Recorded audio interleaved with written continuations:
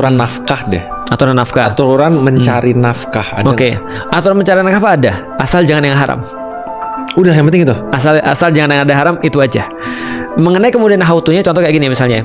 Feren jual satu produk, Feren bisa contoh kayak di marketplace. Marketplace banyak tuh. Ada yang jual harganya aslinya 10.000, tiba-tiba dijual 100.000. Karena orang tuh kelangkaan informasi tuh. Tapi pertanyaannya, Feren secara hukum boleh nggak ketika menjual produk 10.000 dengan harga 100.000? Boleh dong. Boleh banget. Kenapa? Bagus Karena lah. orang sudah milih dan orang bisa milih dan orang ridho, dia bayar, akhirnya jadi boleh kan itu kan. Tapi secara etis itu bisa bermasalah. Tapi itu kan persepsinya Ustadz. Benar, persepsi. Benar, itu benar banget. Berani dia. Itu benar, itu persepsi. Enggak apa-apa, itu benar banget. Nah, pertanyaanku yang kedua adalah ethics sama hukum itu lebih berat mana? Ethics ini etika kan, moral. Iya, etika moral sama hukum lebih berat mana? Etika. Betul.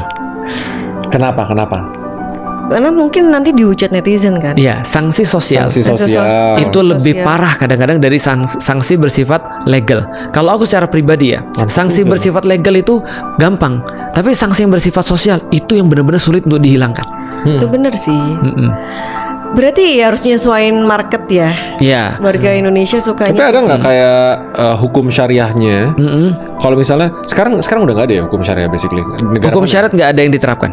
Nggak diterapkan. Nggak ada yang diterapkan satupun di dunia manapun. Seandainya dulu, Even Arab. Selain dari kalau dulu Yeah. kan aturan apa yang nggak boleh punya tambang, nggak punya Yeah. apa gitu-gitu kan. Nah itu kan boundaries mencari Betul, nafkah. boundaries tuh. mencari Nah, itu. nafkah. Ada. Nah itu ada tuh. Ada. Selain Jadi dari nggak haram. selain gak haram, nah itu yang namanya. Jadi contoh misalnya ketika dia mencari nafkah, mencari pada bagian yang bukan bagiannya, yaitu misalnya tambang dan seterusnya, itu menjadi haram. Yang aku pahami. Nah yang berarti bukan, oke. itu termasuk haram. Jadi boundaries mencari nafkah gampang, asal nggak haram jalani. Oke. Gitu simple. Iya. Jadi bukan melihat pada output base. Kalau kapitalis itu melihat pada output base. Bisa contoh ya, kalau kapitalis apa yang laku dijual atau apa yang diperlukan masyarakat itu aku jual.